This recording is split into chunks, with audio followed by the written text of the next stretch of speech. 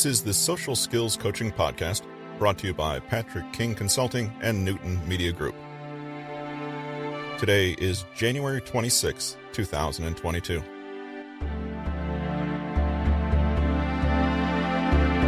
We can learn more about independent thinking, this taken from Patrick King's book, The Independent Thinker, by learning from some historical figures. Socrates teaches us the power of asking questions and uncovering our assumptions by taking nothing for granted. Niall Ferguson teaches us about counterfactual thinking and imagining answers to the question, what if?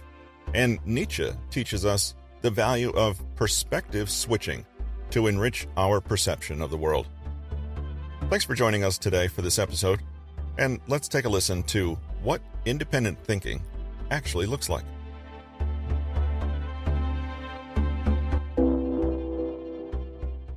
At this point, let's clarify a few characteristics of the independent thinker. They gain awareness of their own thinking as thinking and take conscious control over it, rather than passively and unconsciously going along with others. They trust their own perceptions, will, desires, and interpretations, and don't automatically privilege other people's over their own. They're comfortable going outside their comfort zone and don't mind admitting errors or being disliked for their positions. They take in enormous amounts of information, but actively engage with it, not just on a superficial level, but also critically. They know their cognitive biases, expectations, blind spots, and the ever-present ego, and try to minimize any disturbance to their genuine understanding. A conventional thinker occupies a mental model unconsciously, and the model they use may be something of someone else's creation. An independent thinker knows many mental models and owns their responsibility to choose which one to occupy and for what reasons. This section will look at a few key historical figures who are broadly considered to embody the above characteristics. These thinkers and theorists have demonstrated thoughts and opinions so genuinely novel and independent that they always have changed the course of history, or else drastically broadened the existing paradigm. But in reading about these people, we're not simply trying to answer the question, how could it be more like them? That's simply level one thinking. Instead, we want to see what we can learn from their experience and understand what it says about our own. You may wonder if independent thinkers are always philosophers and scientists. Independent thinking can manifest as the scientific method, but this is not all it is. Seeking evidence, establishing the truth through experiment and falsifiability, and using reason and logic are all used in the sciences, but they're more rightly a part of a broader approach to reality.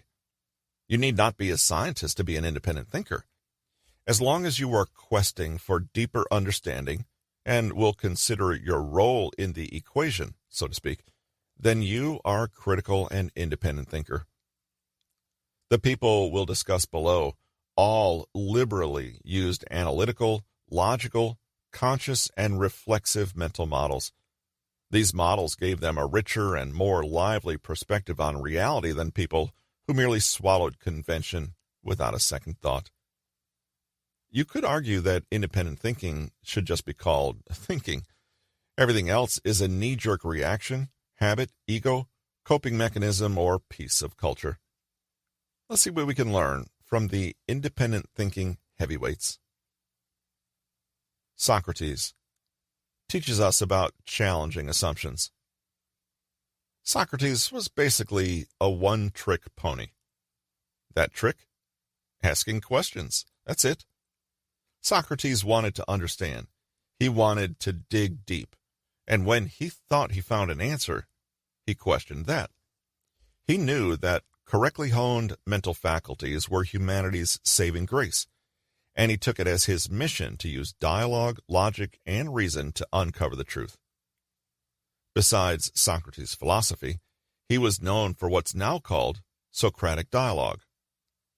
Reality is revealed to us when we engage with our ignorance. In curiosity, we ask questions and keep on asking them. We question even our questions and our means of interpreting the answers. We start from the bare bones, assume nothing, and take small, logical steps to discover what we absolutely can know. Socrates would demonstrate this dialectic to uncover hidden assumptions in a literal conversation. Step by step, the truth is revealed. In classical Socratic dialogues, two people discuss higher concepts like virtue, the nature of knowledge, and art, but we can use a similar approach to uncover assumptions in our everyday lives. We can ask questions such as, what do I mean by XYZ? What assumptions have I made about definitions? What is my evidence for thinking this? Do I have any reason to believe it? What do I know here? And what am I simply guessing? What am I or you not seeing? I may have made an error by omission. Getting a handle on your own assumptions means being willing to think from scratch. Consider even what you think is obvious and ask, is it really that obvious? Is it a given? You might ask yourself a series of the above questions 5 times in a row to get to the root of your deepest held assumptions. This process might not illuminate the truth, but it will show you more clearly any impediments to seeing that truth. I think I've got cancer. Is that so? Well, I've got this weird lump, and I know what that means, cancer. Does a lump always mean you have cancer? Well, I don't know, but I've read that it's a big warning sign.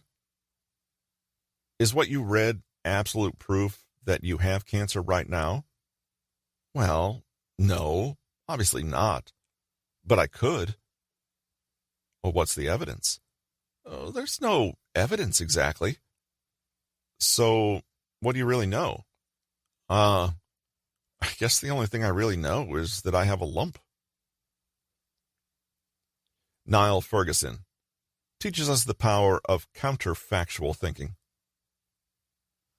Famously, a historian who wrote about alternative history, specifically what life would have been like if Germany had won World War II, author Niall Ferguson was a master of using the all-powerful phrase, what if? Counterfactual thinking is an out-of-the-box approach that is intrinsically innovative and creative. Every independent thinker must be familiar with the process of seeing what is and being curious about what isn't. For example, in business, you could use counterfactual thinking to look at past failures and imagine how things could have played out differently, thus devising an improved strategy that prevents those mistakes in future. If you've asked a question and gotten a puzzling answer, it's counterfactual thinking that helps you imagine what the right answer would look like. This thinking style is a little strange and unfamiliar to those used to working only with what's right in front of them. Still, for those natural inventors and creatives of the world, thinking about what could be is as important as thinking about what is. When you ask what if, you step out of your comfort zone, drop all assumptions and pet theories, and take a leap into the possible, potential, and theoretical. This is where novel solutions are found, new ideas are explored, and fresh views are taken on old situations. In a way, Socrates was also a counterfactual thinker in the sense that he repeatedly asked, what if everything I think I know is actually wrong? What then? Friedrich Nietzsche teaches us about perspective. Nietzsche was a philosopher who knew how much ego stood in the way of understanding, and he made liberal use of teasing, criticism, and humor to poke holes in the prevailing yet unexamined ideologies of the time. Rather than being a nihilist, Nietzsche was instead keenly aware of the fact that every person inhabits a particularly conditioned perspective, informed by where they're born, when, how they're educated, who their parents are, and what their culture teaches them. Unaware of their impact, we are slaves to these influences.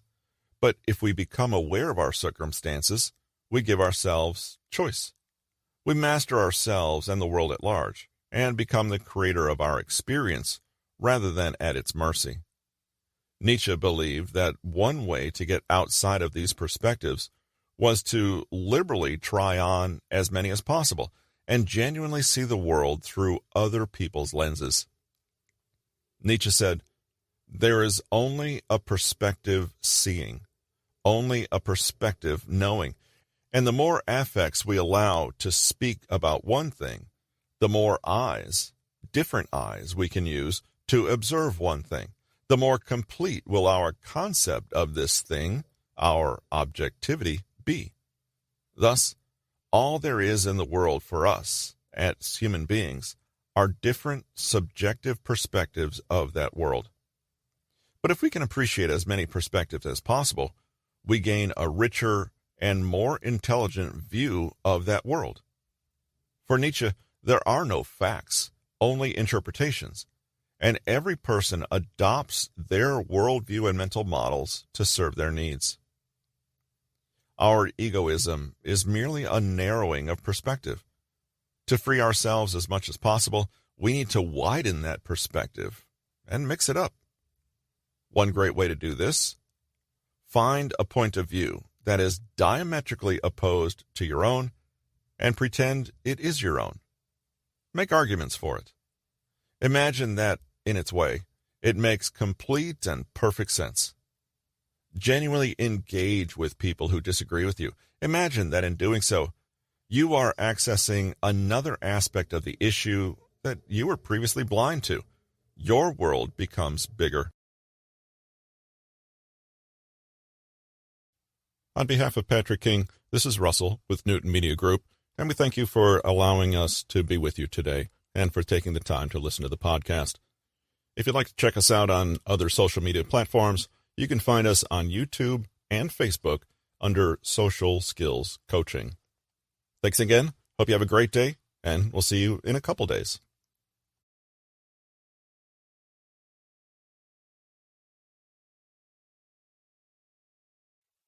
This has been The Independent Thinker, written by Patrick King, narrated by Russell Newton. Copyright 2021 by Patrick King. Production copyright by Patrick King.